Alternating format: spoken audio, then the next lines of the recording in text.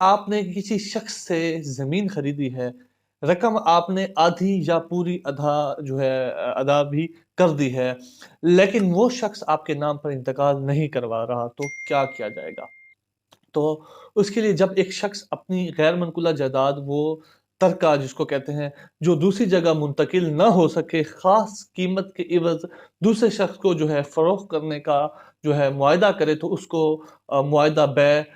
या इसको agreement to cell कहते हैं। कानून के मुताबिक ज़मीन की लेन-देन का मुआहिदा रजिस्टर करवाना लाज़िम है, जिसको उर्फ़ आम में किसी ज़मीन मकान की रजिस्ट्री होना कहा जाता है। या अगर पटवार सिस्टम है आपके मौज़ा का, तो वो फ़रोख्त करने वाला पटवारी बल्कि तहसीलदार के सामने बयान देकर खरीदने वाले शख्स के नाम रजिस्टर करवाता है, जिसको ज़मीन इंतकाल होना कहा जाता है। कि मतलब जब तहसीलदार के सामने आप लोग बैठे होते हैं, तो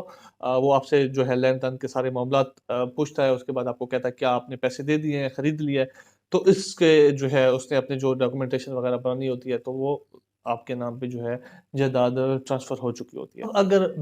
यानी कि बेचने वाले ने पूरी या आधी कीमत वसूल कर ली है, लेकिन आपके नाम पर रजिस्ट्री या इंतकाल नहीं करवा रहा, या आप बकाया रकम देने को तैयार हैं उस शख्स को, लेकिन वो किए गए मुआहदे पर अमल करने पर तैयार नहीं है, या कोई भी सूरत हाल हो जिससे ये साबित हो कि बेचने वाला मुआहदा बै पर अमल करने को तैयार नहीं, तो इस सूरत में सिविल कोर्ट में आप जाएँगे, वहाँ पे स्पेसिफिक रिलीफ एक्ट के तहत दावा दायर दावा बराए मुआहिदा तमील इसको मेरे ख़्याल में कहा जाता है, दायर करेंगे, जिसको अंग्रेज़ी ज़ुबान में specific performance of the contract कहते हैं। साथ ही ज़ाब्ता दीवानी के तहत स्टे ऑर्डर की दरख्वास्त भी आप लोगों ने देनी है, ताकि वो शख्स ज़मीन या जो भी चीज़ आप लोगों ने खरीदी है, उससे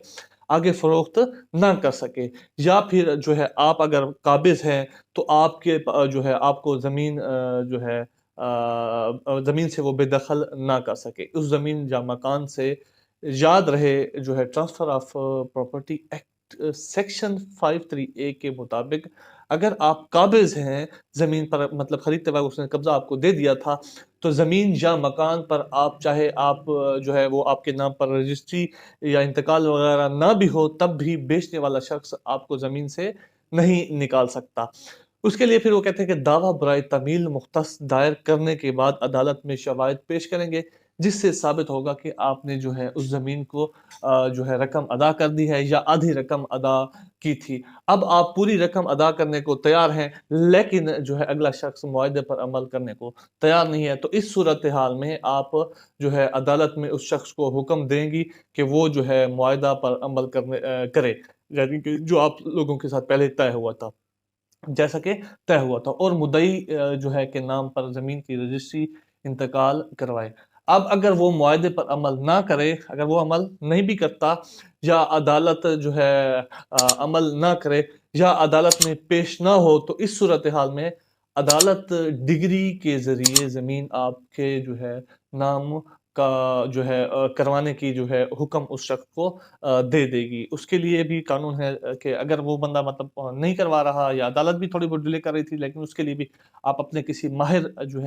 लायर से मशवरा करेंगे, तो इंशाल्लाह वो ज़मीन आपके नाम पे अदालत डिग्री करके दे देगी। तो वो भी, उसकी भी वही वैल्यू होती रहती है कि आपके नाम पे जायदाद ट्रांसफ़र हो चुकी है।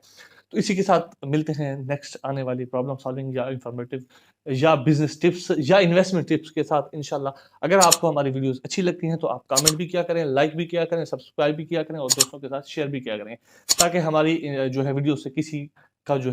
नुकसान ना हो, या अगर वो सीखेगा तो अगर इनसे कुछ सीख जाएगा, तो ज़ाहिर सी बात है उसको कुछ ना कुछ फ़ायदा होगा, और आपको भी अजर अज़ीम मिलेगा। वस्सलाम।